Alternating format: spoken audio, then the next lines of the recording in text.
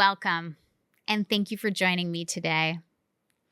I'm so grateful to have you here, sharing in this space of growth, healing, and transformation.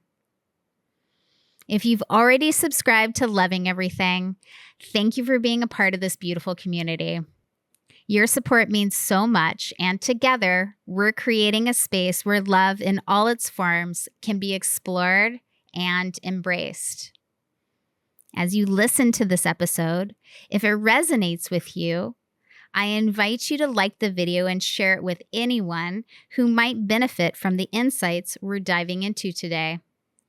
These conversations are all about expanding our capacity to love ourselves, each other, and the world around us. And if you enjoy what you hear, don't forget to explore my other episodes where we journey into love's deepest, most unconditional forms.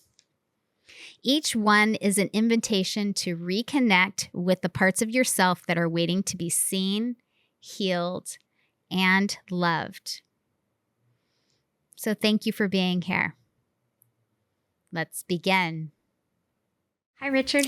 What's up, Andrea? Thank you for having me on the podcast. You are so welcome. Thank you so much for making it. I was always very interested in talking to you. You have a really incredible story.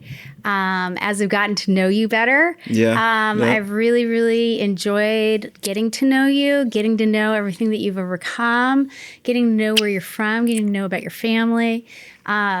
You're an incredible human being. You're very inspirational to the people that work with you. So I can't wait for people to get to know you better. So I'm going to start out. You're welcome. We can just high five the whole time. No, that's the last one. Okay. So tell me, where did you grow up? I grew up in Hermiston, Oregon, which is actually in eastern Oregon. And it's a pretty conservative area. And, country town. They got like how many people? They're pushing up higher now because of all the Amazons they got around the area. They have an Amazon out in Hermiston? Yeah, they do. They got around, whoever might see this. Oh, you mean like warehouses? Yeah, like Amazon? warehouses. Yeah. Not like offices of Amazon? No. They got centers, though, like really big centers. Yeah, because there's land out there. There's land out there, yeah. I would say they have about, and I could be wrong, I'm not right. I know I'm not going to get this right, but from what I've seen when I was there, when I left in 2020, I think they had around 9 Amazons around the area. Uh-huh. And that's within Morrow County and Umatilla County. They got a lot of country out there, They do. Yeah, I'm from Eastern Oregon. Okay. It's really hot in the summer, really dry, really cold in the winter. They got the Watermelon Festival. They got, the Umatilla County Fair. Oh, you grew watermelons out there. They grow watermelons out there. That's the deal. Yeah. Okay. You're known for watermelons in Hermiston. Yeah. Okay, I guess maybe I've seen that sticker on when I bought. That makes sense. Okay. Yeah. Yeah. All right. So, can you tell me about your childhood? My childhood's kind of funny because Why is it funny? Interesting and funny in a way. I'm nothing special. I grew up in a really poor family. I knew we were poor. How? Because my mom didn't work and we had food and shit. We had a place to live. My mom didn't work. Why did that mean you were poor? Because you were living off of government subsidies? Government subsidies. And government housing. Low income housing. I don't know if it was government housing, but it was low income. Yeah. My mom was a single mom for quite some time until I met my stepdad.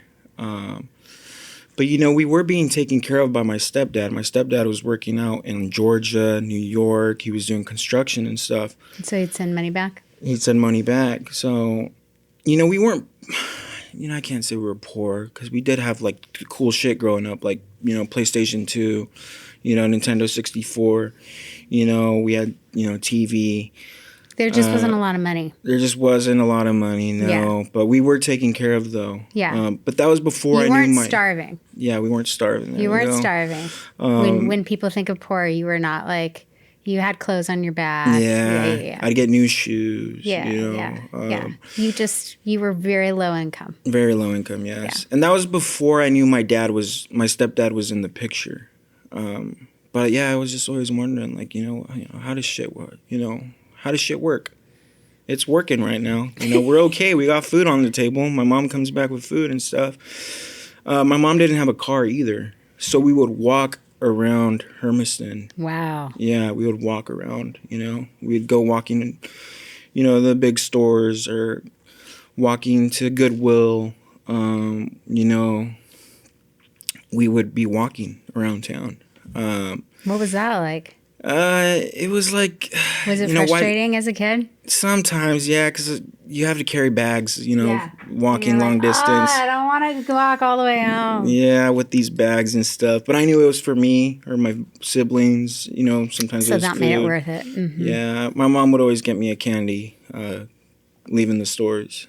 Why am I not surprised about this? Because I'm eating candy. I feel like you are always eating candy. There was, excuse me, there was always candy at Mental Health and Addiction of Oregon. There was always candy. And I feel like you and I were always walking by that bowl. Always eating candy. Yeah. Always eating candy. Yeah. That's what got me through 8 hours. Candy. Eating candy, huh? Totally. But a bunch of addicts, recovering addicts. Yeah. Just addicted to sugar. Addicted to sugar. Yep. Yeah. And smoke breaks. Lots of smoke breaks. Yeah, lots of smoke breaks. Yeah. And talking about my childhood again,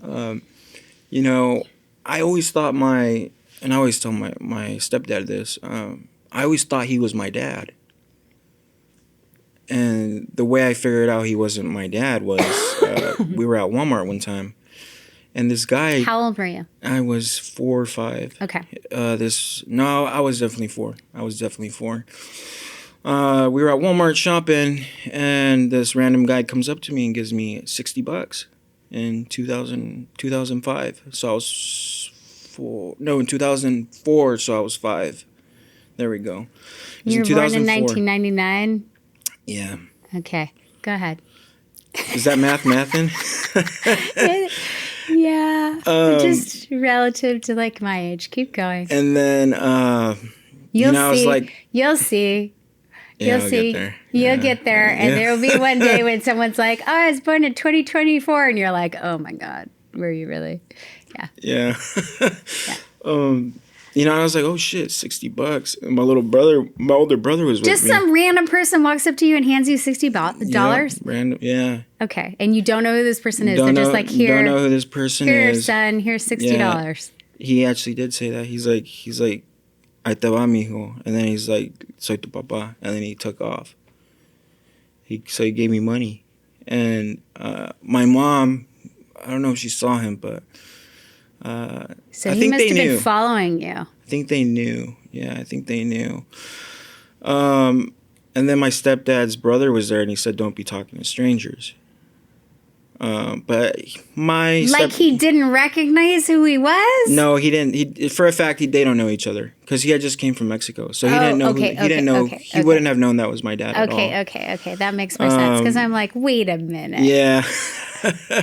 Like, what a diss. Yeah. Don't be talking to strangers, even though that's your dad. Yeah. No. He didn't know. He got it. He 100% thought that was a stranger. Okay. And then, over time during elementary school when I was a kindergartner. He would just randomly show up? Outside of school and give me money. And he would always just give you money? Yeah. And never explain himself? Just hand you money and walk away? He would always say he's my dad. He would always say that. What was that like for you the first time and all of those times that would happen? It was confusing. It was confusing because then... Did you turn to your mom and say, "Who is this guy?" Or, Mom, what is this? No, I didn't. So you didn't even tell your mom that it happened? No. You kept it to yourself? I kept it to myself. Okay, I could see how that'd be confusing. Yeah, okay. Because why would I want to bring that up? And then I was a little kid, so I was confused. I was like, what's going on here? Okay, Am I being... it was sketch. It was sketch too. I know I brought my Game Boy with me. I just saw that. You can get these off the TikTok shop for $40. They come with 16,000 games. Are you advertising? Yeah, I am advertising, even though I'm not getting paid for that. Okay. But, yeah, so it was confusing as shit, and, over time, he found out where my mom lived, and he started coming to make contact, Okay. So then, my mom was was borrowing me my dad, I'd go hang out with my dad. So then I was, still confused, though, because I was still a little kid. Yeah. I didn't, never introduced to this guy, No one's explaining anything to you. Yeah. So you're making assumptions? Yeah, and, I always had fun when I was with my dad, and then once, my mom and my dad had went through the courts, the legal system and all that, I actually ended up spending more time with my dad. I did like spending time with my dad at his house. It was a different life over there versus my mom's apartment. I'm sure it was. Yeah. What was it like? Tell us the difference. It was lonely because I didn't have any brothers or sisters there. Okay. And all three of my brothers and two of my sisters were at my mom's. And do they have a different dad? They have different dads, yeah. Okay. Do they all have different dads? No. No. I'm the only child of my dad. Okay. And then I have 3 siblings under me from my mom. That's Okay. from my stepdad. That was taking care of me, too. Got it. And then my 2 older siblings have their dads. So you have 5 brothers and sisters. Yeah, 3 brothers, 2 sisters with my mom. And then with my dad, I got 2 brothers, 2 sisters. So I got quite a bit of siblings. You have 8 siblings? Is that 8? Yes. 5 and 9 siblings. Oh my God. I know. Big family. It's really cool now. I bet it is. Especially because they all have kids, probably. No, I am the only one with a kid. What? Okay, we'll get to that. All right. But yeah, it was lonely living out there because, one, it was outside of the city limits. Mm-hmm. So it was the country, Yeah. Yeah. And he was like more on a ranch? Kind of like he has his land. He has horses. Okay. At a point he had cows there. Okay. He grew corn. Okay. Chickens. Right now they got a lot of chickens running around the house. In the house? At the house, at the property. And, it was really cool back then, too, because back then you could go riding horses, like out in the big field. Yeah, like it was just a big There's field. Nothing out there. Yeah, and now they started building all these houses, so now you can't even go riding there. Like they just built all these homes. Yeah, and that's what happened when I was growing up, too. That's exactly what happened. Really? Yeah. I grew up in Southern Orange County we moved there when I was 4, so it was like 1977, and it was pretty open. There wasn't a lot of building yet, and I could take our horse. I mean, I was only allowed to get on one of them because the other one was too tall, but and too big for me to manage it that age by myself. But yeah, I could get on the horse all by myself and like ride. It was a community of custom homes, so there were probably like 15 homes, maybe like 8 on one circle and 8 on another street, basically up on the top of a hill. Mm-hmm. And they were all custom. They all had land, and we had like an acre and a half. We had 2 horses, and then a neighbor sometimes would put their Shetland pony in our corral just because it didn't always get along with all the other horses, and it was particularly mean. That was supposedly my horse, but it was never really my horse. I got to ride it, and it was mean. I didn't like it. We had chickens, we had ducks, we had a goat at one point until my mom decided that she didn't like the fact that it ate everything in sight. My sisters really wanted a cow and pigs, and my parents were not going for it. It was a lot of animals anyway. We had dogs, we had cats. Yeah, that too. We had a fish pond in the front. Like we had stuff there were definitely animals to hang out cool. with Fish and spend pond? time with and feed and show to our friends if they did come over. And yeah, people liked coming over in my house for birthday parties. They always loved that. But we weren't encouraged to have a lot of people at our house. And I think that was on purpose. I think my parents really wanted to both keep us isolated and sheltered. And my dad was a famous, he was a famous, he was a DA agent. He was an investigator in the 60s. He was a cop. He was a deputy district attorney, and he was rather famous. And because of that, I think he just didn't want people to have our information, and he didn't want any predators taking advantage of his daughters, basically. So the point is, I lived up there, and I could get on the horse and ride, past a couple of houses and kind of go down the backside of a hill, and then ride along a pretty major street on the side of the freeway, in front of what we called the Village, which was a lot of different condos.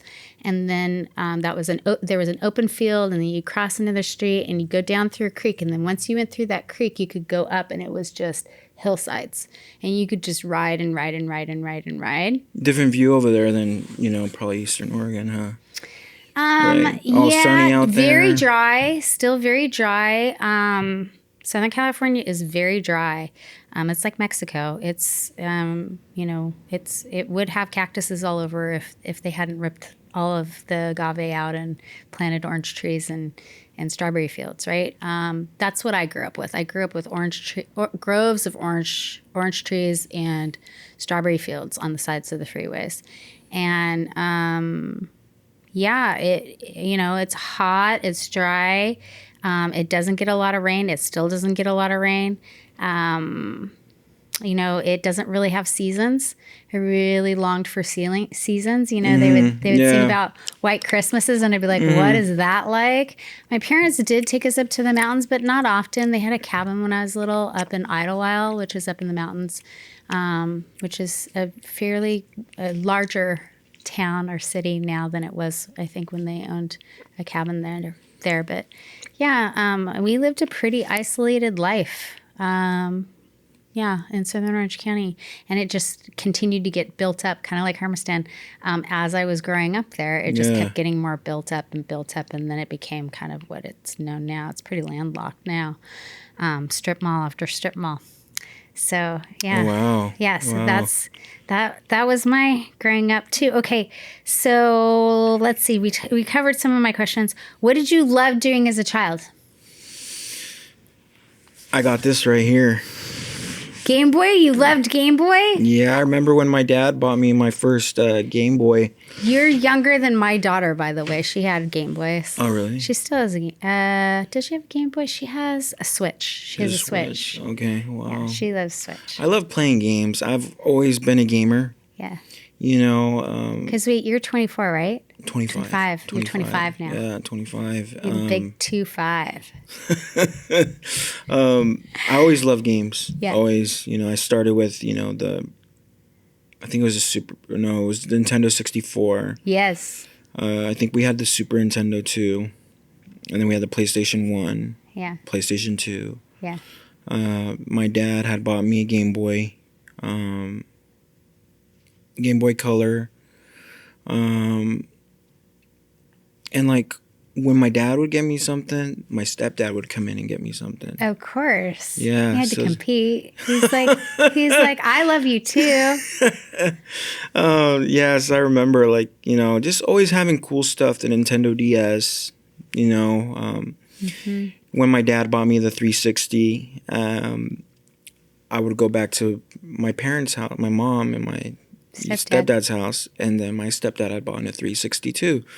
So it's so you had one at each house. I had one at each house. So that wasn't so bad. You kind of got love from both sides. Both sides, yeah. My brothers talk about it, and my brothers and sisters talk about it a lot now too. For not being, biologically my stepdad's son, My stepdad Took care of you. took care of me. Yeah, That's awesome. he took Did you care have a of me. good relationship with him? Yeah. You did? Yeah. In my teen years, we'll get to that later when we start talking about my teen years. Yeah. But I look up to him. He's a good guy. Is he? Are they still together? Him and my mom, yeah. They're still together. That's cool. Yeah. So they've been together since I've been alive. Wow. Yeah. That's pretty impressive. So I wasn't raised with my dad. Yeah. I didn't, my stepdad came into the picture when I can't give you an exact age, but I was still in diapers. Yeah. Okay. Yeah. So I was like, I think he said I was 1. Okay. Yeah. Yeah. So as far back as you can remember, that's been your dad of sorts. Dad, yeah. But you do still have a relationship with your biological dad. Yep. Okay. And how often do you see him now? Since I moved here to Portland, Oregon, I don't see him as much. But I have been keeping in contact with him. I was there during the holidays.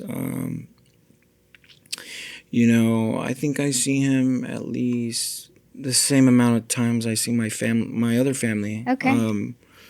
So pretty often. Pretty often, Thanksgiving, Christmas. Given there was the last 2 years, so 2022, 2023, I did not see them that much. 2021, I did see them.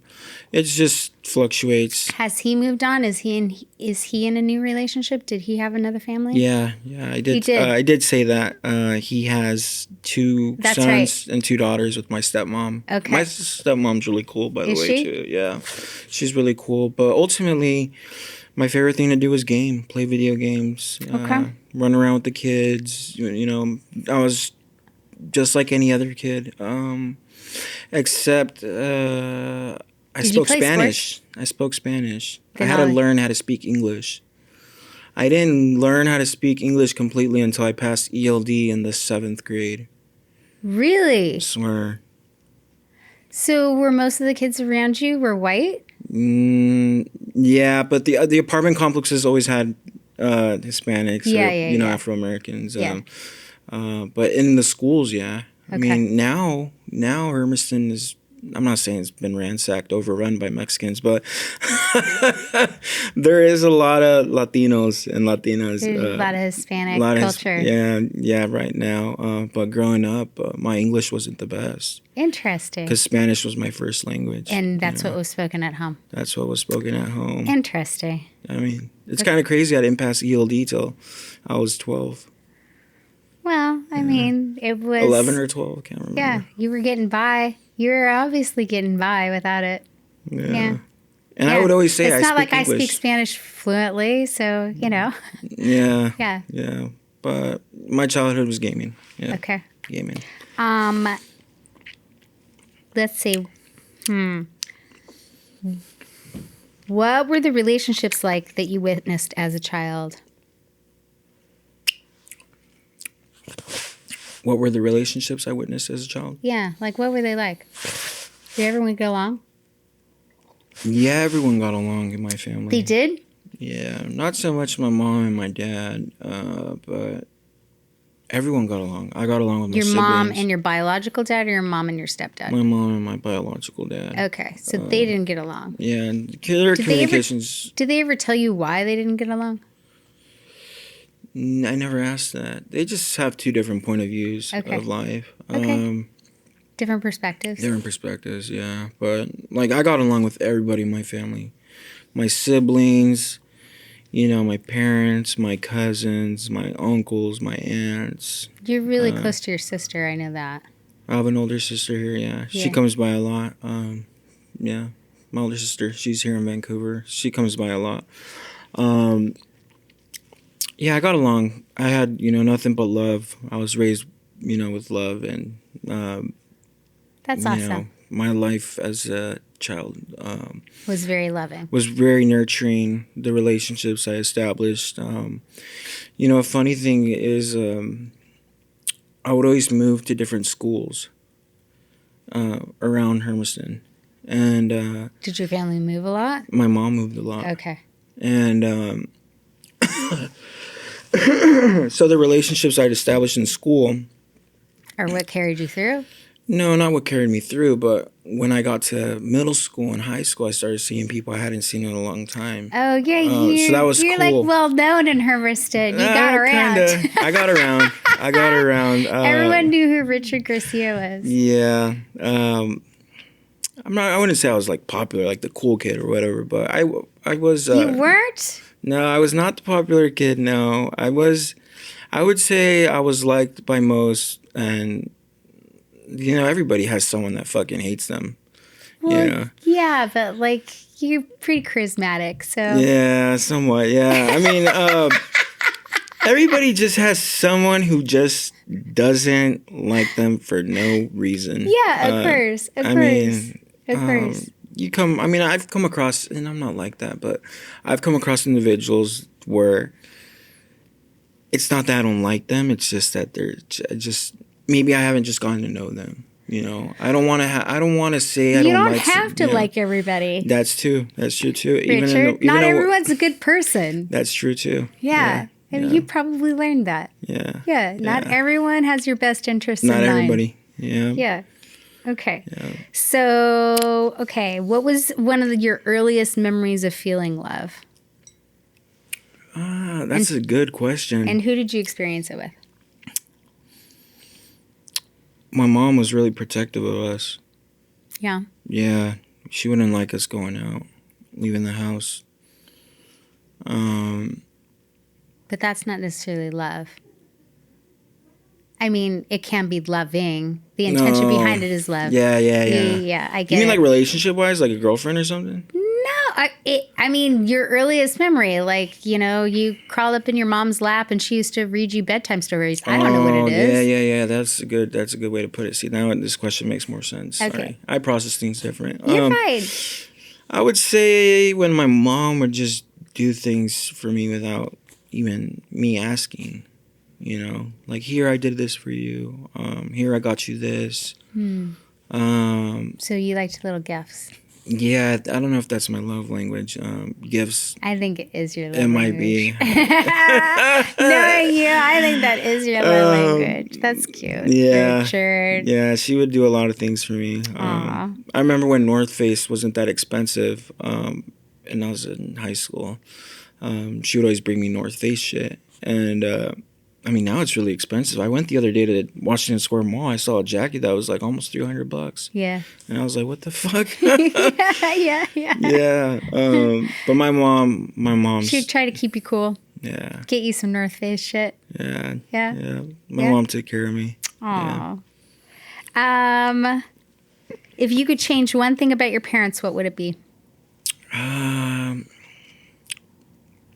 What'd I change? Anything? Nothing. Nope. That's impressive, Richard. I would change nothing. Because, they taught me everything I needed. I remember when I turned 18, they told me, hey, we've taught you everything we know. Like, you're going to figure out your life. You're going to make the best out of your life. And, like, yeah, like they even said that too when I was 12, 13, when I was going to high school. Yeah. Freshman year of that summer, I worked in all the fields, all the agricultural fields. I had a fake social. Can I say that on air? Yeah. We haven't even gotten to that part, but we were going to get to that part. You're jumping ahead. Jumping ahead? Okay. You're jumping we'll ahead. Talk about it in a bit. Okay, we'll get there. Okay. Let's see if there's anything else I wanted to ask you. Okay, here we go. What was it like being raised in Section 8 housing with your mother while your father worked as a rancher in Hermiston, Oregon? How did these two worlds shape your perspective on life? My dad working at that dairy farm and that ranch, he didn't make much money. Mm-hmm. But my dad always worked side gigs too, like roofing. Like handyman stuff? Handyman stuff, yeah. My dad is a hard worker. My dad, he's one of the hardest working guys I know. Yeah, I have not met a guy that works like he does. And the reason why I say that is because I've worked with him at that dairy. So I've seen how my dad worked. It's hard work. Yeah, Being a rancher is a hard work. It's hard work. Yeah. It's demanding. It's so much discipline. Waking up every morning and having all those animals depending on you. Yeah. Yeah. Yeah. My dad, for many years too, working at that ranch, he just got promoted to the feed manager for the cows, like at that dairy, at that ranch. And, he's been working there since I've been born. Yeah. So it took him this long to get there. Yeah. And like, I remember when I was working there with him, he wasn't making much money. Yeah. Like, because I got to work with my dad. Yeah. And you're like, he works this hard and he only gets paid this much. This much. Yeah. And it was... do you make more than your dad? Now I do. Yeah. How does that feel? Money's money, but I feel like, there's this saying in Spanish. What is it? El dinero que haces, sea más o menos, te rinde igual. What does that mean? So like the I heard money, más o menos.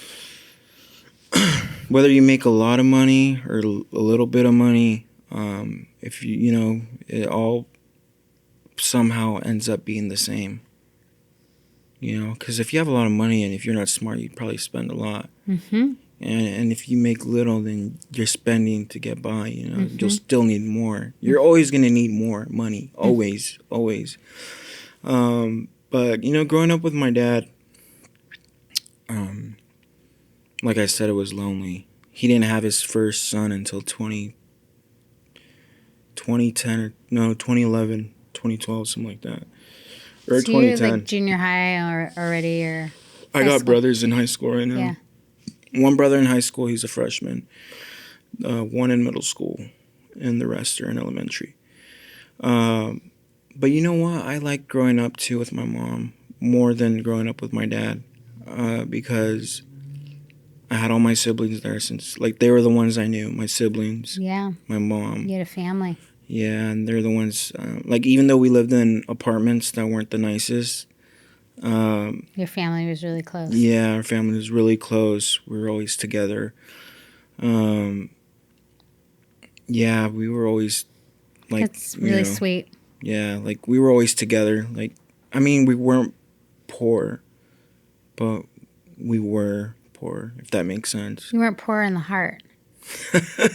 There we go. We were rich in spirit and passion. That's right. I met a lot of kids too. Going to school, they came from good families, and they didn't have the same kind of love.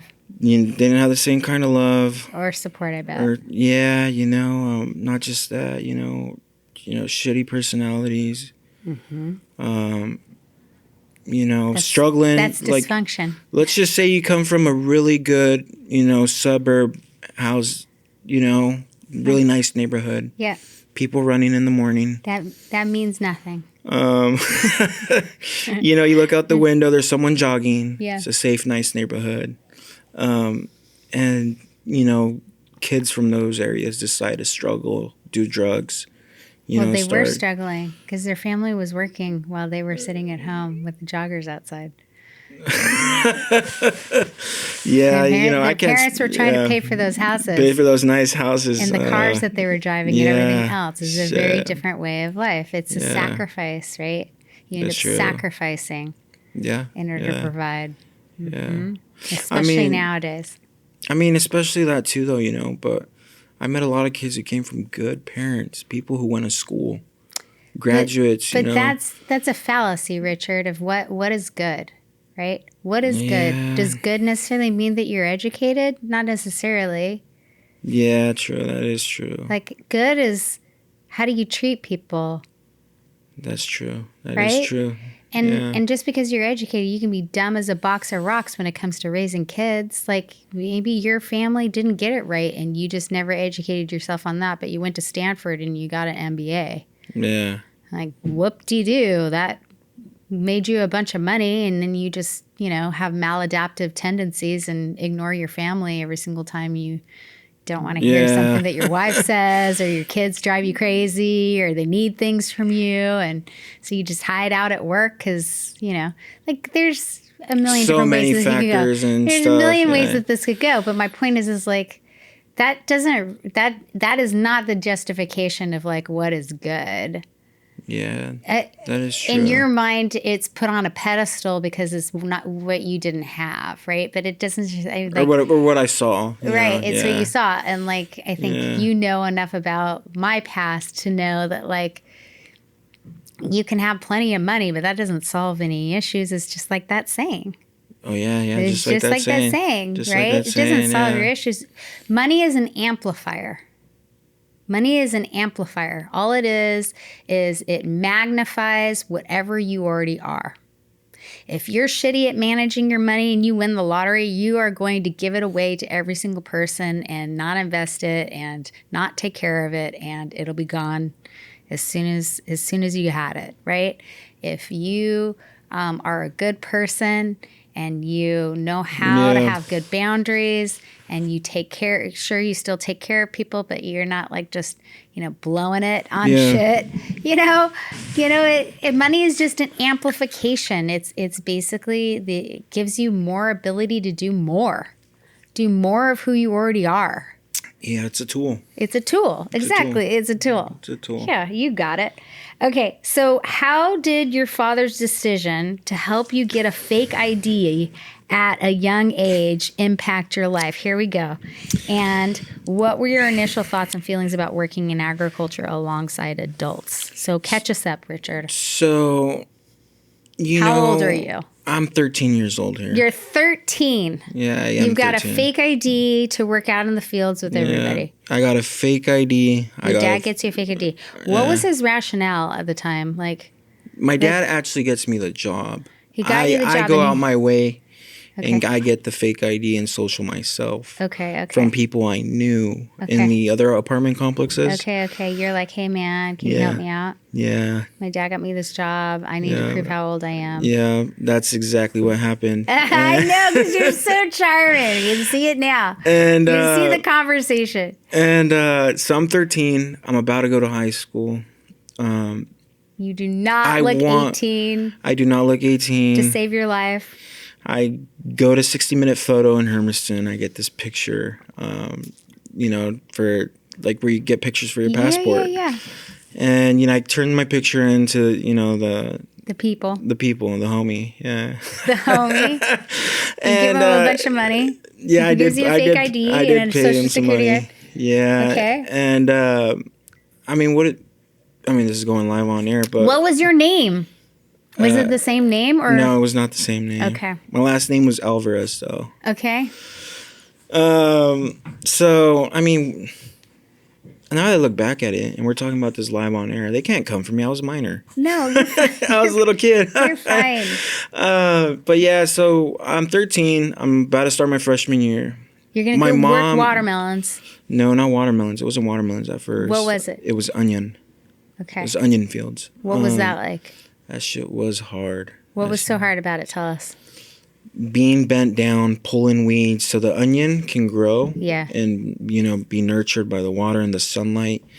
It needs space. They need space. So you got to pull all these weeds out. And, you finish a row and then on to the next row. Yeah, it never ends. Yeah, it never ends. But the reason why I started doing that was I'm 13. I'm a freshman, about to be a freshman in high school.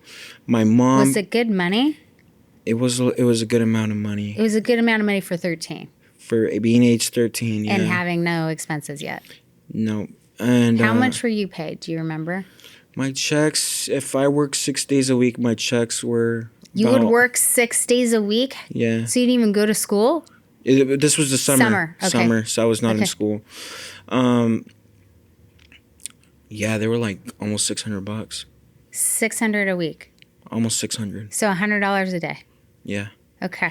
And at 13. At 13, yeah. And the reason why I did this is because my mom and my stepdad can't afford the shit I want. I wanted nice shoes. You're a teenager. You're going to high school. You want to be wearing all the nice clothes. Yeah, you want to keep up with the people that live in the neighborhoods with the joggers. Trying to keep up with that. Oh, shit. You don't want to look like you come from a poor family. Yeah, and my dad tells me This is like the equivalent of stripping. Keep going. Except all the hard work. Oh, you think stripping isn't hard work? I'm not saying that. No, I'm on. not trying to say that. Ladies, all right, I'm not trying to right. offend anybody. Okay, all right. Just let's be clear. But yeah, my dad tells me, son, the only thing I can teach you is how to work. And before that, my dad had taken me to go do roofing, install a new roof. That's hard. Tear it down. And my dad, he would always have that saying, the only thing I can teach you is how to work. He definitely taught you how to work. Yeah, and but working those fields was pretty fucked up too, though. I bet it was. I'm sure the places there where I was hired knew I was a little kid. Of course they did. But they need more bodies out there. Yeah, of course they do. And when I was there They're too, going to need even more in the fucher. Oh yeah, when the we shit deport that goes. everybody, Yeah. we're not going to even be able to get watermelons from Hermiston. Shit. When I was there too, not many people from school were there. The year after my freshman year, I saw a lot of other kids that I knew from school. So I feel like I was one of the pioneers out there working in these fields. I bet you were. I'm pretty sure there's a lot of people that came before me that were out there. I bet you were. I could see it now. Yeah, and You're a trailblazer. I knew a couple of friends that were there. But yeah, it was lonely. A lot of Guatemalans, a lot of people from southern Latin America. Yeah. A lot of Mexicans, of course. But yeah, people from Guatemala, Honduras, Venezuela, Colombia, Paraguay, Uruguay, all these countries. Yeah. And, what was that like? I worked with people. I would always ask them about their stories. I wanted to hear what their life was like coming from their country. I can see that. When I was little, I would always ask a lot of questions. Yeah. But that's what makes you good at your work. I saw how lonely it was out there. It is very lonely. Because you get there and the sun is barely rising and it's dark as shit. It's barely rising. And you're there all day. No matter the weather. No matter the weather. No matter how hot. Now they send them home if it hits 100. When I was working there, they would send us home if it was after 105. Yeah. And if it was raining, we were working there. But working out there, I got to work in onion, carrot, corn, watermelon, wheat, trigo. I think that's how we say it in Spanish, is trigo. Cutting onions, putting them in costales, so sacks. Yeah. Let's see, onion seeds. What else? Garlic. They had a garlic field out, not in Hermiston, way far. I was like Rufus, Oregon, somewhere around that area. Grapes, wine. They got some wineries out there. I worked in almost every single vegetable, fruit. Well, it was mainly vegetables. Yeah. But I didn't work on the blueberries farms that they have there. Okay. My older brother did work there, but he worked there legally. Yeah, I was out there grinding. And so it was really lonely because you get there super early. You're there all day. Yeah, no one I know. I'm unsupervised. I'm unsupervised. Yeah. So what were the expectations like? Tell us about that. You got someone with experience that has, that takes everybody there, that works within the company. Okay. In a van. Okay. In these white vans. Yeah. And, drive you to the middle of nowhere. Mm-hmm. And you start working. And he's behind you. And you got to keep up with speed. So he's watching you. He's watching us. But he's not picking. He's helping out, but he's not picking. He has a staff. He has a hoe. And he's helping out. If someone gets behind, he'll let him catch up. But he's behind us, making sure we're working. Okay. And, there's a pace. Yeah. Towards the end of the day. Are you running? No, we're not running. No, we're walking, bent down, pulling weeds. Towards the end of the day. Are you going fast? We're going at a decent speed. in the morning, it would suck if you would start out your day wet because your gloves would get hard. No, they would Muddy. get muddy and the water would go through your gloves and you got to pull these weeds out. They're really hard and tough to pull out. They are. Towards the end of the day, though, it was fucked up. It was It did a lot of yard it was like work 3 or 4 p.m., 2 p.m. People start getting on their knees and working on their knees while pulling weeds because they're tired as shit. Yeah, you can't do it anymore. Yeah. You've been squatting for 4 hours already. Yeah. Yeah, I did a lot of yard work when I was a kid. A lot of yard work. Because I didn't want to be inside with my mom and my 2 sisters because they were like, they would clean the house. And I hated that shit. Not that like I was a dirty kid, but like I did not want to sit there and do bathrooms. And so I used to join my dad. I was kind of like the son.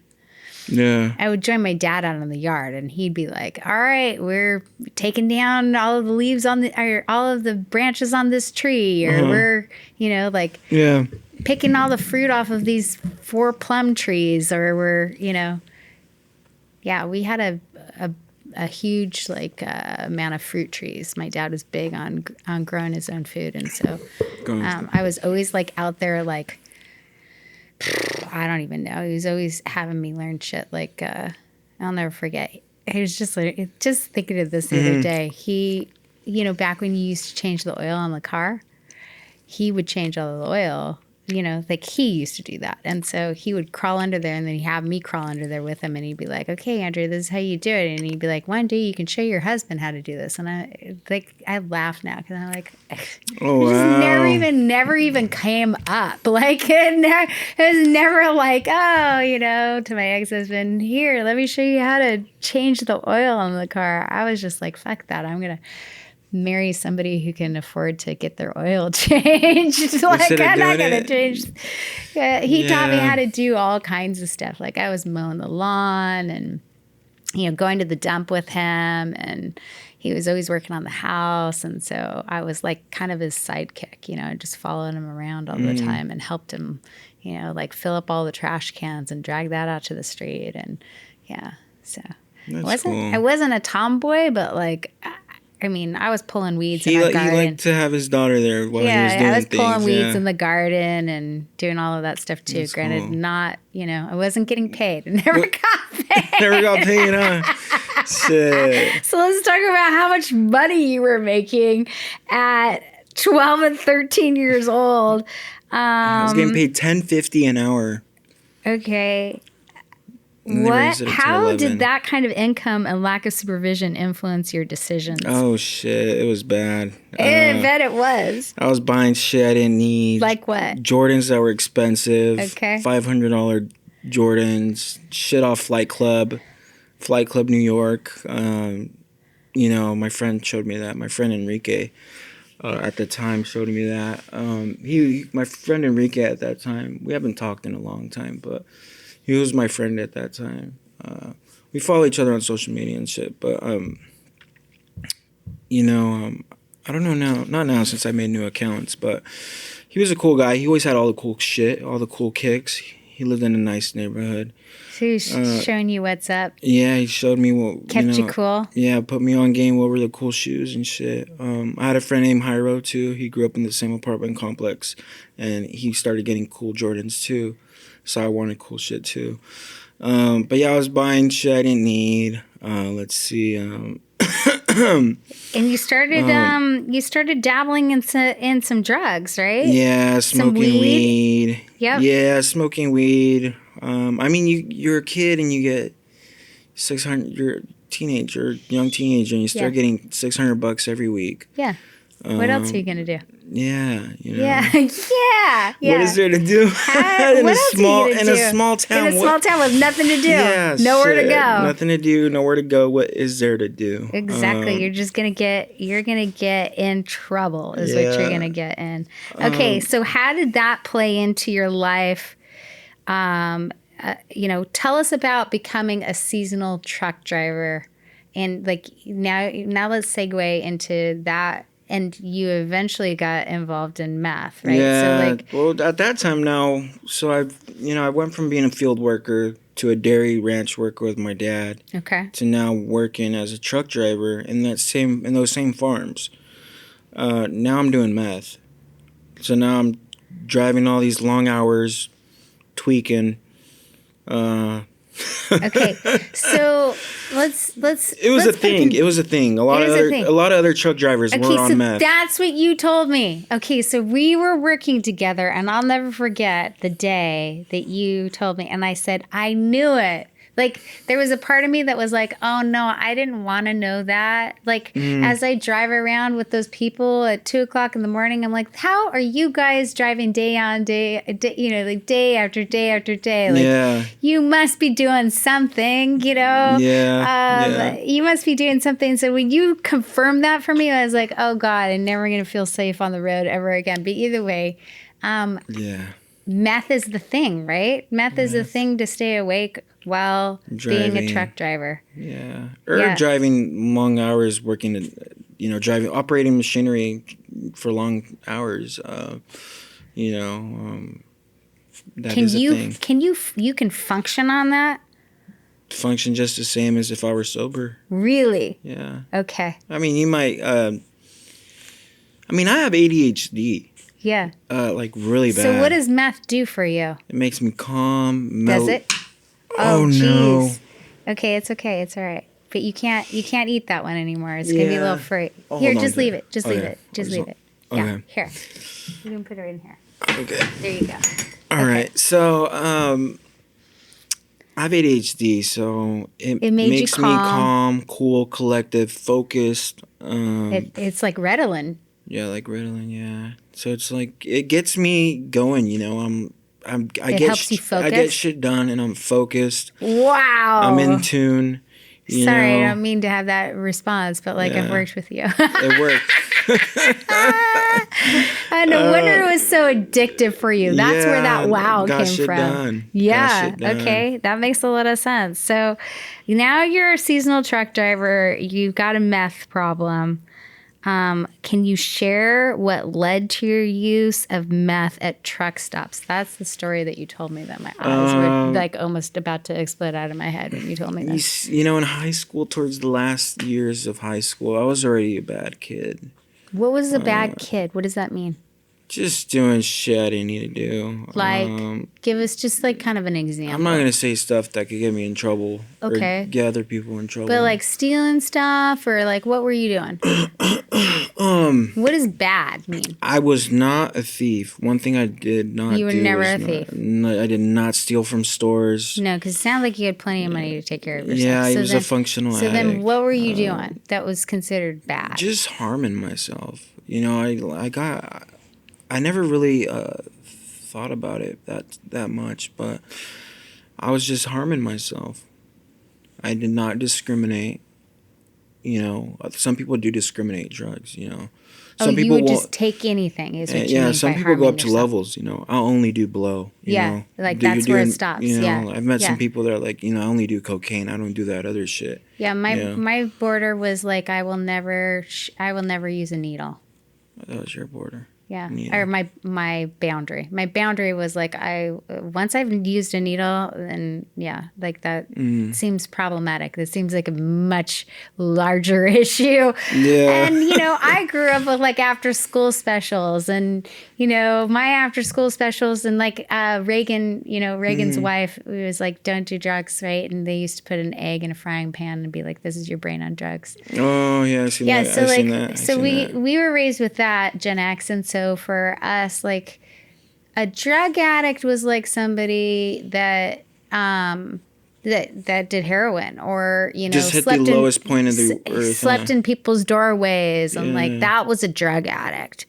That's how I was raised. Granted, I was taught drugs are wrong. Don't get me wrong, but in my mind, socially, that's kind of how what a drug addict was. A drug addict wasn't somebody who was married to somebody with a shit ton of money who could party all of the time, and all of our friends had whatever kind of powder we wanted or capsule. right? Yeah. Like, that didn't seem like a drug addict. That seemed like you're just having a good time in life, Mm-hmm. right? Yeah. Or people who drank so much that like they were always hungover on weekends, or like that didn't seem like a drug addict to us. That's like functioning. Yeah. That's still functioning. And I hear what you're saying, because while I was doing all these things, I would not say I'm a drug addict. Yeah. I can never say I was a drug addict. Yeah. Because I wasn't sleeping in tents. I Yeah. wasn't. That's right. I wasn't. There were some other people in my area that were known for like being considered bums. Yeah. I wouldn't consider myself a bum, because You're still functioning. Yeah, you had a job. You had friends. Doing well. Same. Yeah. I mean, like I used to party in my early 20s. Another version of drug addict, right? In my early 20s, raves were really, really a thing. They were really a thing. And I used to go to my fair share of raves in my early 20s and my late teens. And I had some people who were drug dealers like in my vicinity, or like in my friend group-ish, like on the extended group. Like if they, like a friend of mine would be dating one, or, like I never really dated somebody who was that, but they were in my periphery. And so they were people who had problems, right? Because they were like always high, always selling it. It was always available. They got everybody else around them completely addicted. And like, it was always like, okay, I have a good boundary somewhat around that. Granted, they're still hanging out in my periphery and influencing me and the people around me, and I'm not going to stop them from harming other people, but ultimately, I was definitely around it. So you got into meth and you were harming yourself with just about any substance? Any substance. Have you tried pretty much everything that's street drugs? Everything, everything except what is it? PCP. And is meth your favorite? No, it was one of my favorites. Okay. It was one of my favorites. I liked opiates more. Because, you did? Yeah, I did not know that about you. Because most people that talk about meth, since I've never done it, talk about the fact that it's like a warm hug. Like it's like... No. Molly and MDMA. Oh, you think Molly and MDMA are like a warm hug? That shit's like a warm hug. You think that's a warm hug? Yeah, that's a warm hug right there. It gives you a warm body feeling, and you're on one. Yeah. Your face gets all plushy and like start feeling really warm and cozy. And everything touchy. Everything feels good. Okay, so that's a warm hug. Okay, so what is meth then in comparison? Meth is like silence. Like you feel good, like physically, like you're amped. I got this. I'll get anything done. Okay, for you, it's a confidence booster. Oh yeah, definitely confidence booster. I could talk for hours on that. I bet. Fucking chat forever. Shit. I bet, because you already chat a lot. Oh shit. Oh my god, I can't even imagine. Yeah, no, that meth is definitely a booster for sure. Who introduced you to meth? Friends? My cousin. Okay. My cousin. Okay. So it was in your family too? Other people in your family were doing it? my family, yeah. Okay. Other people. Was it pretty popular in Hermiston? Was meth pretty popular? What about fentanyl? Was fentanyl pretty popular? Fentanyl was really popular. It's funny seeing all this shit on the media about Donald Trump wanting to get fucking rid of drugs and shit in our country. But I started doing... Why is that funny? I started doing all this shit when he became president. Okay, that is funny. I started doing all this shit. That is hilarious. I know. There was more fucking dope when he was president than fucking any other president, I feel like. Actually, you know what? This COVID fucked shit up too, though. Yes, it did. COVID did fuck shit up. Yeah, there's a lot. We were flooded with income. Yeah. There were so many people that were getting checks and just being like, okay, I guess I don't even have to work. Shit. And you know what? I could have done that shit. Yeah. I never did that shit. I met so many people. I was always ethical. I met so many people that did not work during the pandemic, and they got paid. I never took I was advantage. not smart enough to do that. I should have done that. It has nothing to do with smarts. Again, Has nothing to do with how smart you are, Richard. But I didn't know I could get all this money while during the pandemic. Taking advantage of the system, someone eventually is going to have to pay for that. Your children, your daughter, actually. Well, all of those government handouts, that just put us into further debt. Who do you think is going to have to pay for that eventually? Yeah, future generations. Yeah. All we did is push that shit forward for your daughter. Now she gets to worry about it. Dang. Yeah. You want to hear a funny story? Okay, I'm ready. I'm in treatment. Yes. And my counselor takes me to DHS to go get food stamps. Yeah. And the lady at DHS, she's like, I can't get you any food stamps. And my counselor's like, why can't you give him any food stamps? He's in treatment and he's not working, has no income. And the lady's like, because he's had food stamps the past year and his balance is $1,600. You had food stamps and you weren't even using them. And I wasn't even fucking using them. It's the funniest shit ever. It's Mario. Remember Mario? Yeah. Yeah, well, Mario was there. Mario was my counselor. And it was the funniest shit ever. Mario looks at me and he's like, you were living a good life. Or no, he didn't say you were living a good life. First he said, "Estás pendejo," meaning I'm fucking dumb. And in a funny way though. Yeah. Because we talk different. Yeah, I know. You know. I know. Our culture. Yeah. And then he's like, you were fucking running and gunning. Like you were rolling, living a good life. Like, basically I had food stamps and. You didn't even need them. And I was buying food with my money. Yeah. You didn't even What happened was I lost the card. Or I never got the envelope. I can't remember. You didn't even follow through. Yeah. Yeah. So that is some funny shit. Oh, Richard. Okay. Let's see.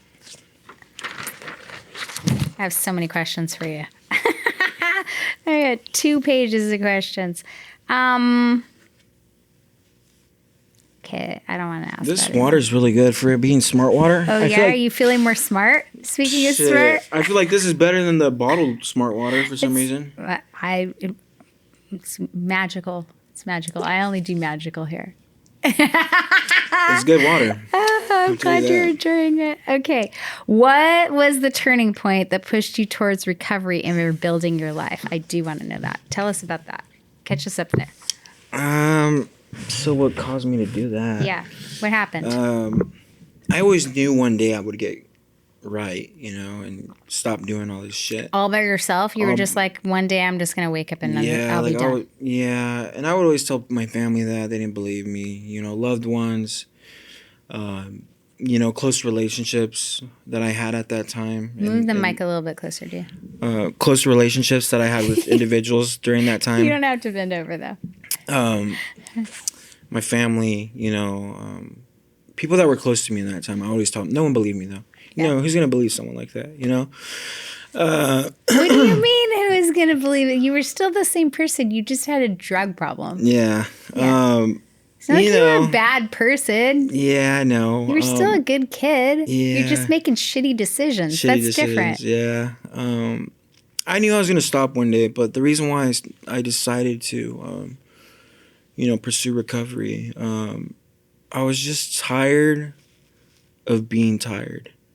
Tired of being tired. Tell us about that. What does that mean?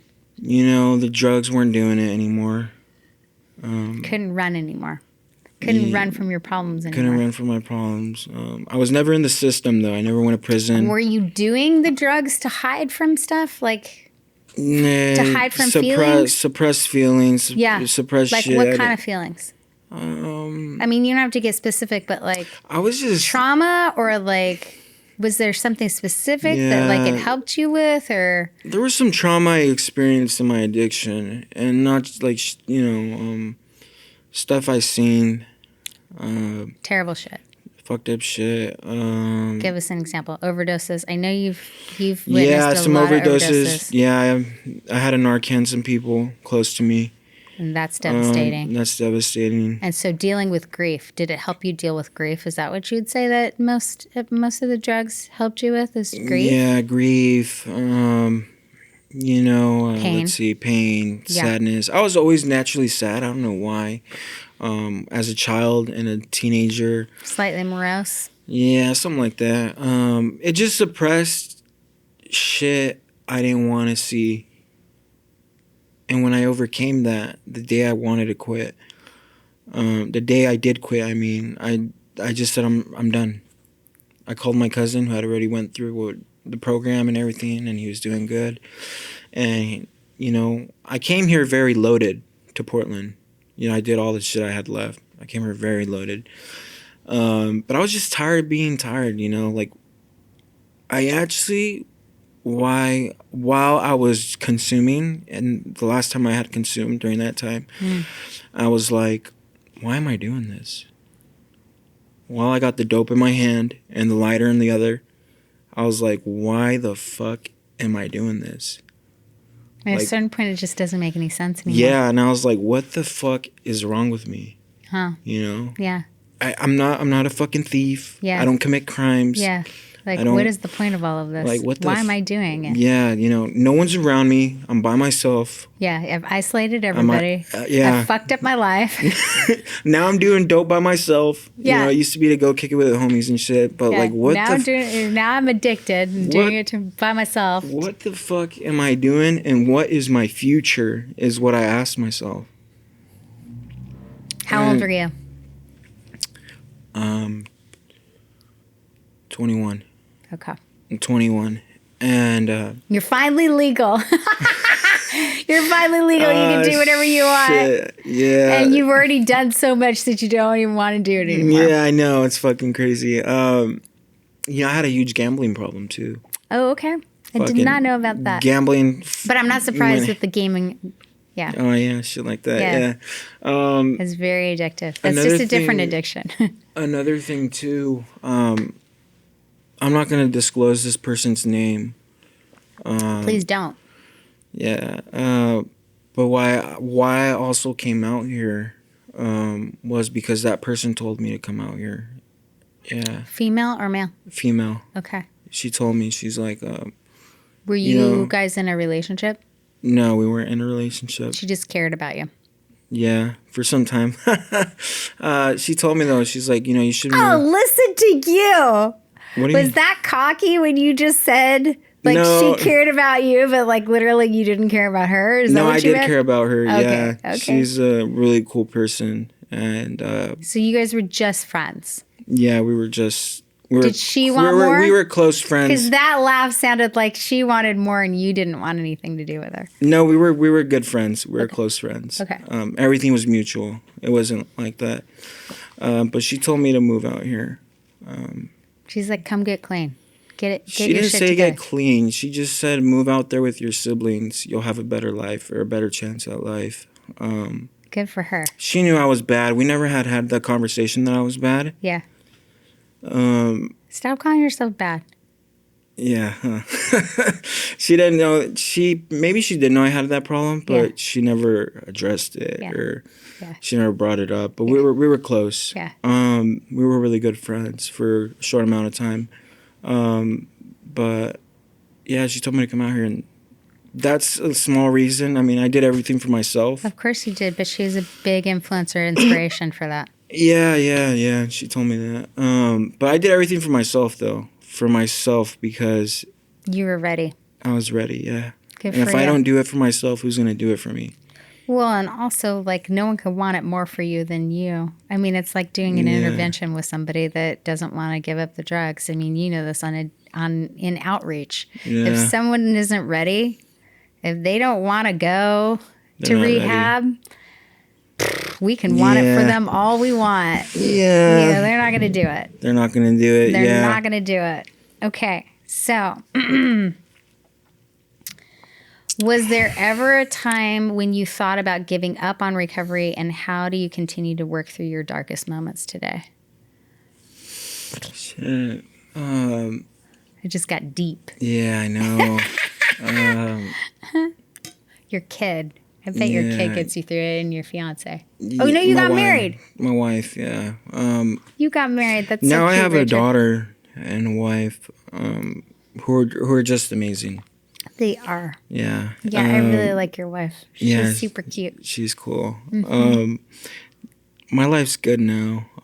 But what gets me through My darkest moments is I never want to go back to who I was.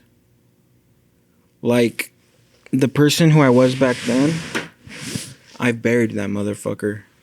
Good for you. He's in the grave. And whenever he wants to resurrect and come back out, I respect the disease of addiction. But I've made a mutual agreement. We respect each other, but we don't intertwine at all. I like it, Richard. You're so wise at 25. Because fentanyl kills. Yes, it does. Yes, it does. Yeah. We have witnessed plenty of people. Especially in Clackamas County when I was working for Clackamas County. Really? Yes, a ton of people. Whoa. Yeah, there's a higher rate than Multnomah County. Oh, wow, I did not know that. You didn't? No, I did not know that. I know that now. But more fentanyl overdoses in Clackamas County than in any other county in this area. And wow. I upset Amber when I first started because I was like, what? I don't get it. Please explain it to me. And I don't really mean to be like a super privileged white person when I say this, but help me understand. Is it because people are bored? Is there a lot of money in Oregon City and the kids are just, bored and have nothing to do? Why is it particular to Clackamas County? And she just kind of looked at me horrified. Oh, wow. But ultimately, I was just trying to understand it. I was like, that makes sense if you're stuck in Hermiston or the fucking Dalles, Oregon, and you're in the middle of nowhere and it's fucking cold and there's nothing to do and you can't go anywhere on the weekends. I get it. As a teenager, how would you not get swept up in drugs? How would you? There's nothing to do. There's nothing to do out there. And there's nothing to look forward to. I was telling some friends out there. There's nothing to look forward to. Yeah, You're far away from anything that might be exciting. That is totally true. And, I was telling some friends out there. Your greatest, excitement is PlayStation 2 came out with a game that you like. There's nothing. Yeah, I know. It's crazy. Yeah. It's and what you're saying is totally true. And it's hard. Yeah. It's a hard life. There's not a lot of job opportunities there either. It's a hard life. And all the people around you are struggling. I would say struggling. A lot of people are addicted. Every family at least has someone who's addicted. And people are struggling financially too. That too. People are, and that it is a hard life. It is not a cushy life. Yes, of course, there are some neighborhoods with people with joggers running down, but there's some of that anywhere. But most of the people you knew were at the same poverty rate, I would imagine. Yeah. Same. Yeah. I mean, there's I met some families that were rich families and they had a loved one that I met from their family that were doing substances too. So it touches everyone. That's what some people need to understand is that don't know anything about this life is that, addiction does not discriminate socioeconomics, rich, poor, middle class, upper class, lower class. Doesn't discriminate against race. Yeah, all I did was white people drugs. I just did white people drugs. Yeah, I did them. Yeah, that too. Just because I didn't live in a tent. That's why I got into the work that I got into, because I was like, I need to be more involved in helping others who are struggling with this because they've struggled with it. I remember in my second DUI, I got, and I think you and I talked about this, I got the maximum penalty for we did talk about this, for everything. And I'm not saying that I deserved some special privileges. That's not where I'm going with this. People looked at me at the time, right? I had a very financially successful ex-husband. I had a daughter who was in junior high, she's beautiful, right? I had this gorgeous condo in Dogpatch, San Francisco, which was a completely gentrified area. It was right above the projects, right above Hunter's Point, where people were getting shot regularly. But it was a little rough when we first moved there. But by the time I left, it was people were pushing baby strollers and walking their dogs. Like, and I worked like in tech, and we both drove fancy cars, and like it looked really shiny and clean and perfect. But I came home, I was so scared. I don't think I've told you this. I was so scared when I came home because I knew what his response would be. And I came home at 3 or 4 in the morning, whatever it was. I took money out of my daughter's savings account because I didn't have any. And I paid a taxi driver to drive me from Sacramento to San Francisco, which is like a 3-hour drive. And I got home at like 4 o'clock in the morning or whatever it was. Maybe it was later, 5 or 6 in the morning, whenever they let me out. By the time I got home, and I'll never forget, I was sitting in my living room, and we had like a loft. So my ex-husband I was just telling my daughter this a couple of weeks ago, and she didn't know this story, but he was standing on the loft, and it's real dark, but I could see him. And he said, "If you ever do this again, I'll take out a gun and shoot you myself." And he turned around and didn't talk to me for like 3 or 4 months. And I had access to just about everything theoretically, but I had absolutely nothing.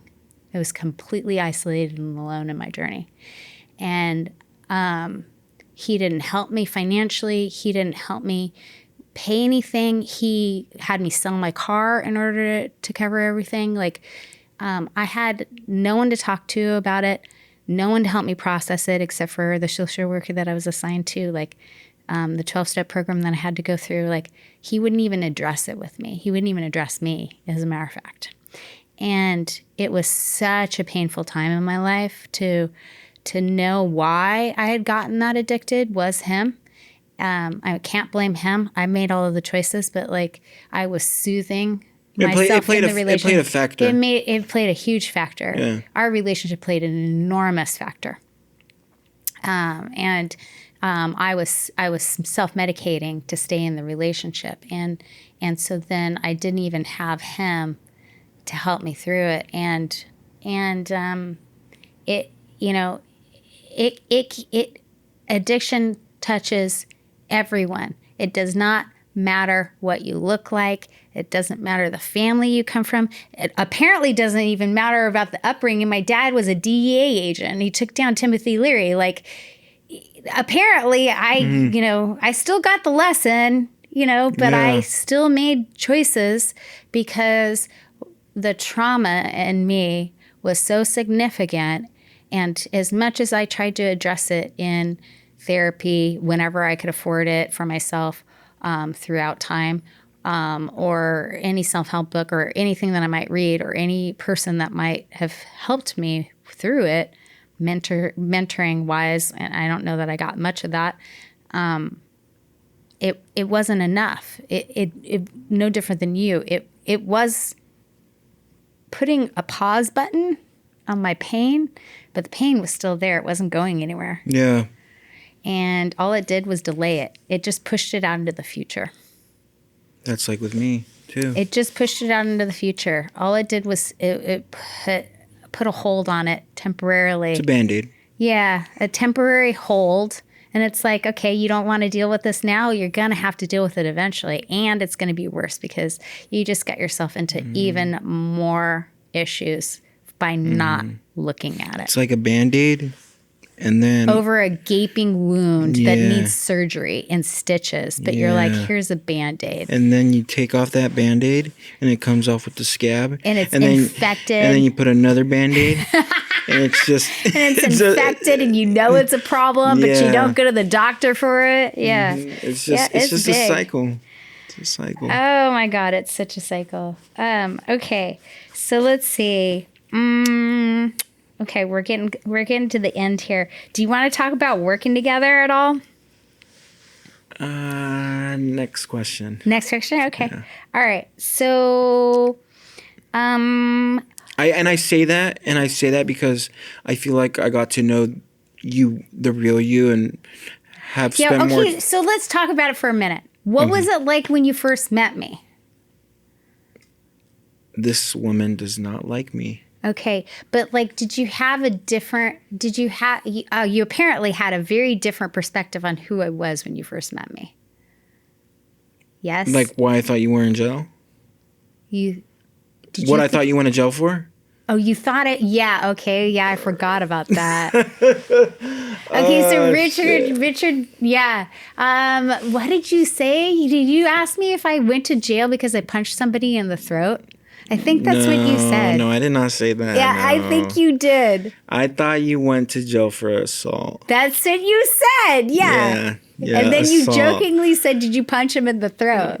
I did not say that. Okay, maybe Jason did. Maybe Jason said that. Yeah, not me. Jason I said you look like you'd go to jail for assault. I was so offended. I was like, you think that I'm the type of person that would assault somebody? That's crazy to me. Maybe because I also had.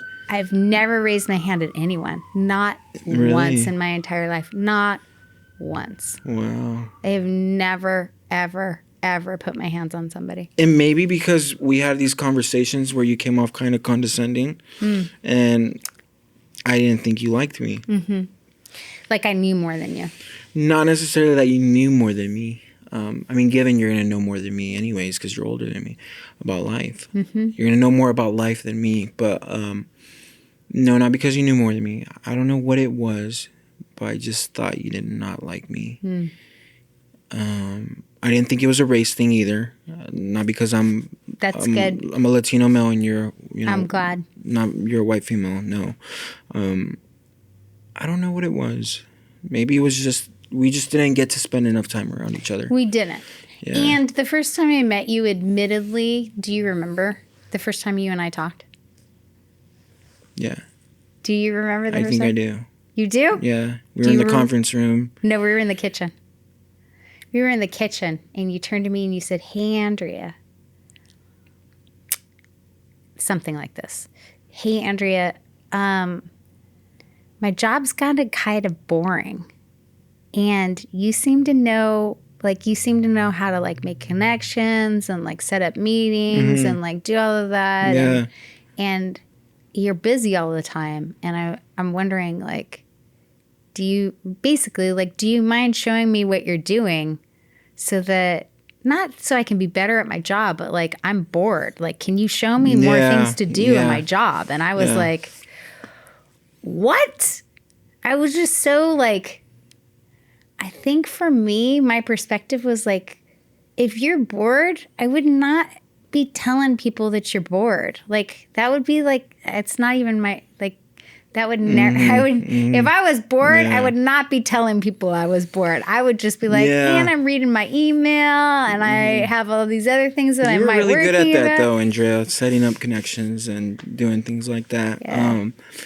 But you were in a different county and program. Totally. The thing I'm doing, I already know. It's very different. The people. It is very different. Yours is like a community. Small community. Yeah, everyone knows everybody. Yeah. Nobody knew who I was. As the new kid on the block, I was like, oh, this is easy. It was so easy. That job was so, okay, I'm not saying all parts of the job. All parts of it, yeah. The administrative part, I could do in my sleep. I could, like... do your job, my job, Jason's job.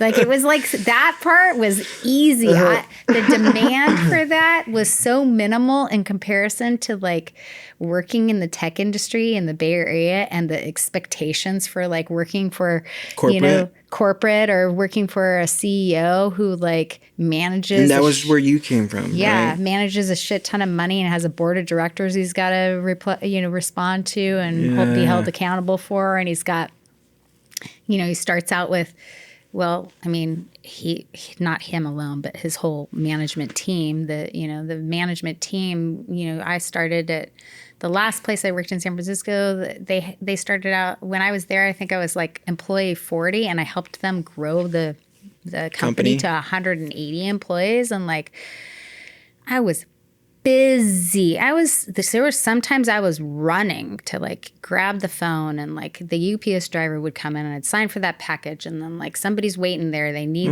the conference room, and then like something goes wrong in the kitchen, and then I see the CEO and he's like going to the next meeting, and I got to give him something, and I got to get something signed from him, and then like it was just nonstop from the that's like moment shit I you got see there. in the movies. Yeah, the moment I got there until the time I left, it was nonstop. And so, like, I walked into mental health and addiction in Oregon, and I was like, this is, I could talk to you for 4 hours and still get stuff done that I normally would have to do.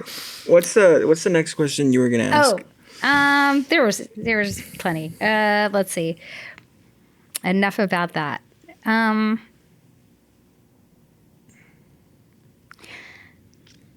Okay, let's talk about the work that you do a little bit. Just you support peers. You support peers. You do peer support. We both did peer support. That's how we know each other. And so we bring lived experience with addiction to the table. How has your journey helped shape your approach supporting peers going through similar struggles? I feel like I know what's going on with the fentanyl crisis.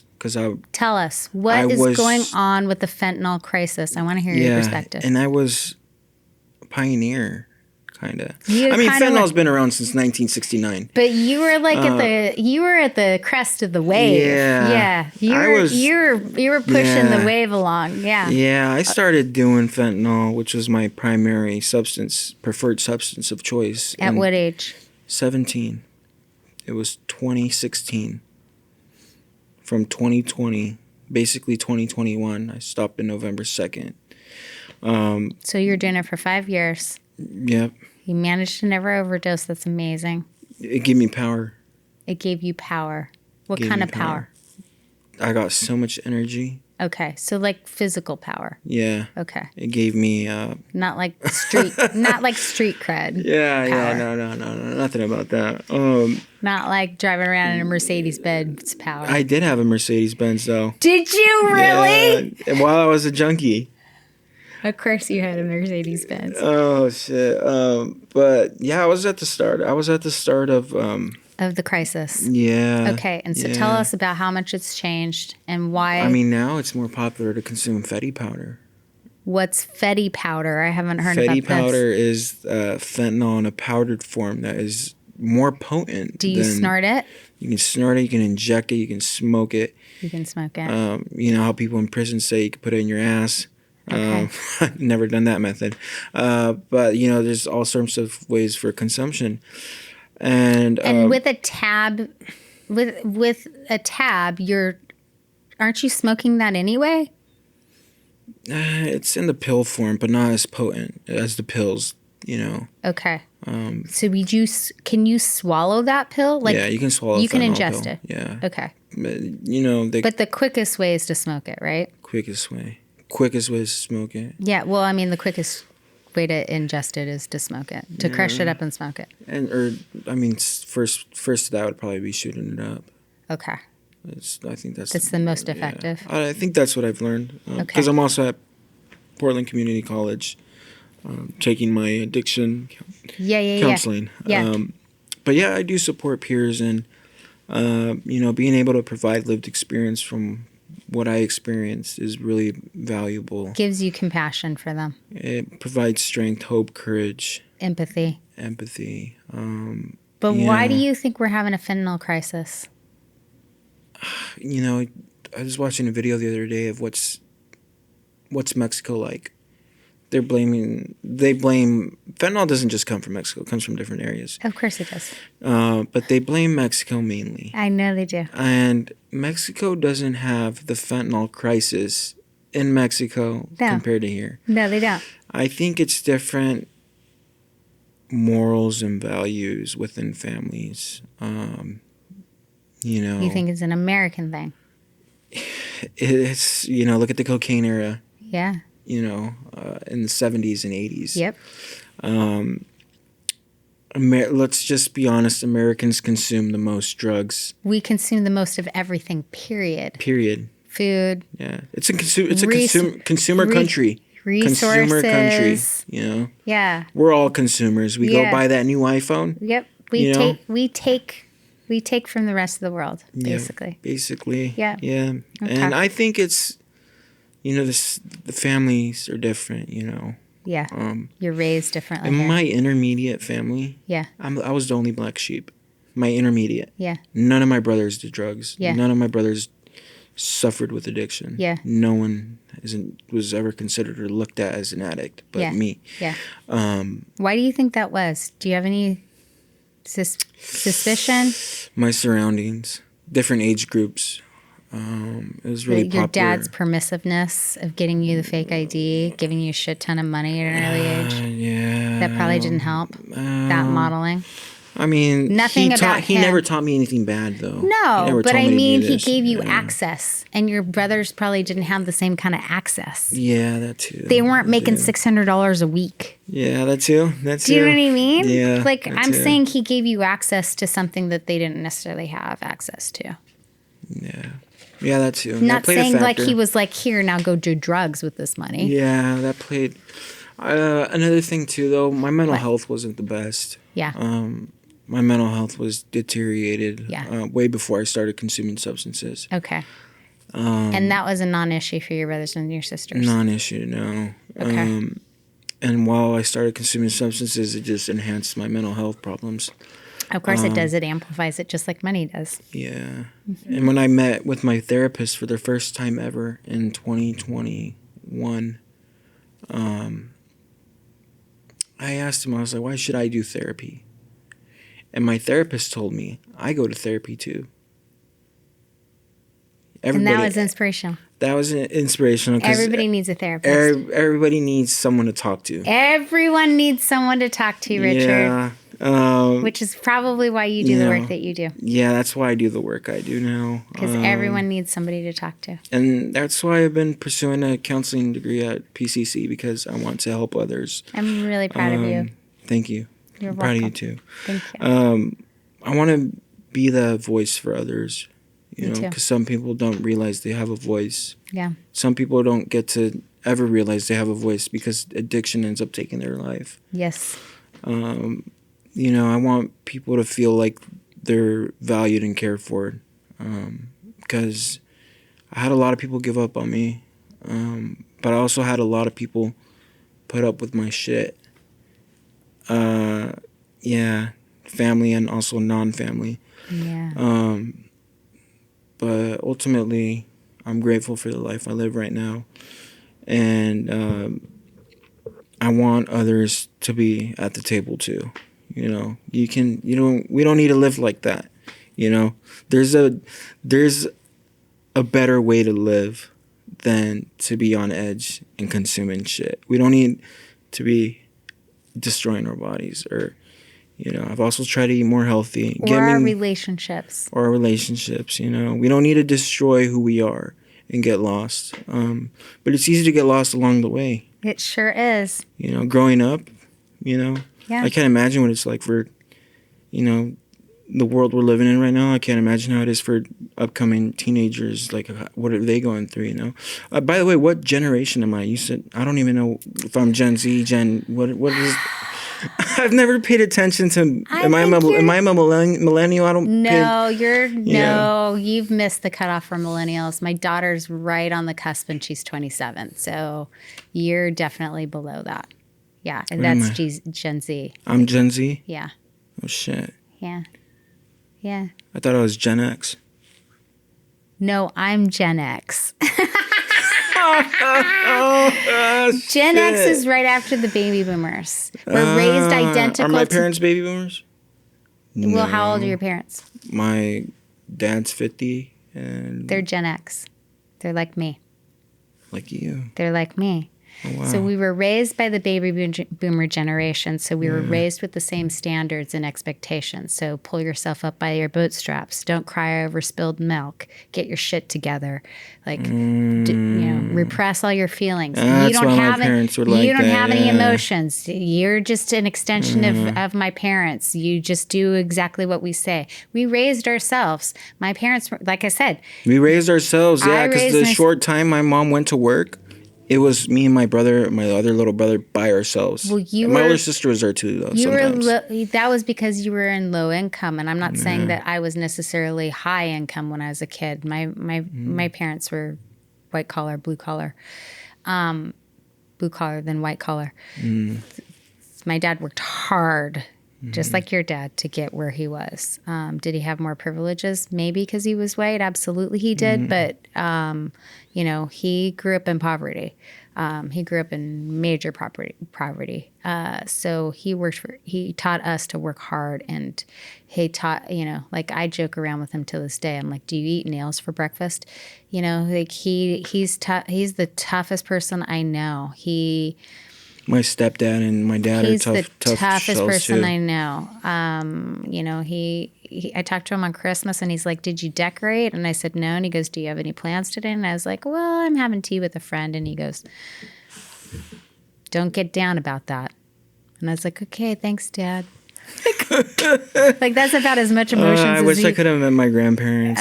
So anyways, Gen X. So the reason why we were called latchkey kids, because that was the first generation where both parents were working and they weren't home for us. And the world was theoretically safe. And so we would just get home from school and we would literally raise ourselves. So no different than low income. Like we would, but our entire generation was doing this because both parents were working. My mom was working. She wasn't home for this. So she didn't get home until like dinner time. My dad didn't get home until after she cooked dinner. And so literally we would see them for like 2 hours and then do it all over again. That's how it was when my mom would work too. Yeah. Because my mom didn't work once my little brother came into the picture. Yeah. But when it was me, my older brother, my older sister, Yeah. my mom did work. Yeah. Because it was low income, but she still had to pay rent. Yeah. You still got to pay rent in low income. Yeah. So it wasn't Section 8. Do people pay in Section 8? No. So it was low income, not Section 8. I've had it wrong this whole time. No, I could be completely wrong, but my understanding is that's like government housing. Yeah, or projects. Yeah. And you're living in the projects. It's a slum, but you're living in housing that you don't necessarily have to pay for. Yeah. Yeah. No, we had to pay to be there. Yeah. And, my older sister basically raised me. Yeah. And same with mine. Yeah. Yeah. And when my older sister wasn't there. And look at all these similarities we had. Yeah. Look at all these similarities we had. Yet I lived in the neighborhoods with the jogger down the street. Theoretically, we didn't have any joggers, but I lived. The neighbors that wave high. It looked like that neighborhood, but it wasn't any better than your circumstances. So it's great that we've gotten to understand that we have a lot of similarities in our upbringings as far as, although I think you had way more love, but a lot of similarities in our upbringing. Yeah. So I'm glad that we have gotten to know each other like we have. Thank you so much for sharing your story. Yeah, thank you. Thank you for having me here. You're welcome. I think this is a dope setup. Thank you. Really good experience. Thank you. I'm not going to reach out and give you a high five. You can afterwards. Afterwards, yeah. Yeah. But, I would like to end this on a good note. If anybody gets to see this, if you're struggling with addiction or mental health challenges, it's never too late to get help. And I know it sounds cliche, like, oh, it's never too late to get help. It's true, though. But it's really true. You just have to start. You just have to make the conscious decision to start to get help. To ask for help. And a lot of people, I think, are afraid to ask for help or to realize that they can ask for help because I think at the heart of addiction, and I bet you'll agree here, I think at the heart of the addiction is you think you're alone with all of the stuff that you're going through. You do think you're alone. Yeah. But you're not alone. And nobody could possibly understand the pain you're in or your circumstances, and you're all alone with it. And you know what? And because you isolate yourself in that way, that is true. I would tell my story to people I didn't know. Yeah. Like other people on the streets. Yeah. But I wouldn't tell someone I knew. Yeah. Does that make sense? Yeah, of course. I would tell this random person on the street who'd probably forget the next day what I'm fucking going through. Yeah. But I wouldn't tell people I knew. Anyone that cared about you. Yeah. But my message is to talk to someone you know. Get the help that you need. Yeah. Yeah. Thank you, Richard. Yeah. Thank you so much for tuning in and supporting this podcast. Your presence here means the world to me, and I'm truly grateful for your time and energy. If this conversation resonated with you or sparked any questions, feel free to share your thoughts in the comments. I love hearing from each of you. Your insights, experiences, and curiosities always enrich this space. It's important to remember that trauma, often unseen and unacknowledged, can keep us from living fully in our joy. Through my intuitive healing process, I help release the weight of generational trauma, empowering you to reconnect with your true self and experience life in greater harmony. If you feel called to explore this deeper work, I invite you to book a one-on-one intuitive session or even embark on a personalized journey with a Phoenix Immersion, a 2-day retreat designed to support profound transformation. You can find all the details below. For those who've liked, subscribed, or left comments already, thank you from the bottom of my heart.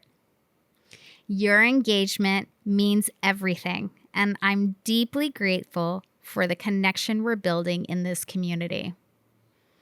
If you haven't subscribed yet, please consider doing so. I'm excited for all the healing and transformation we'll continue to explore together. As always, I'm forever grateful for you, and I cannot wait to see what unfolds next. Take care, and until next time.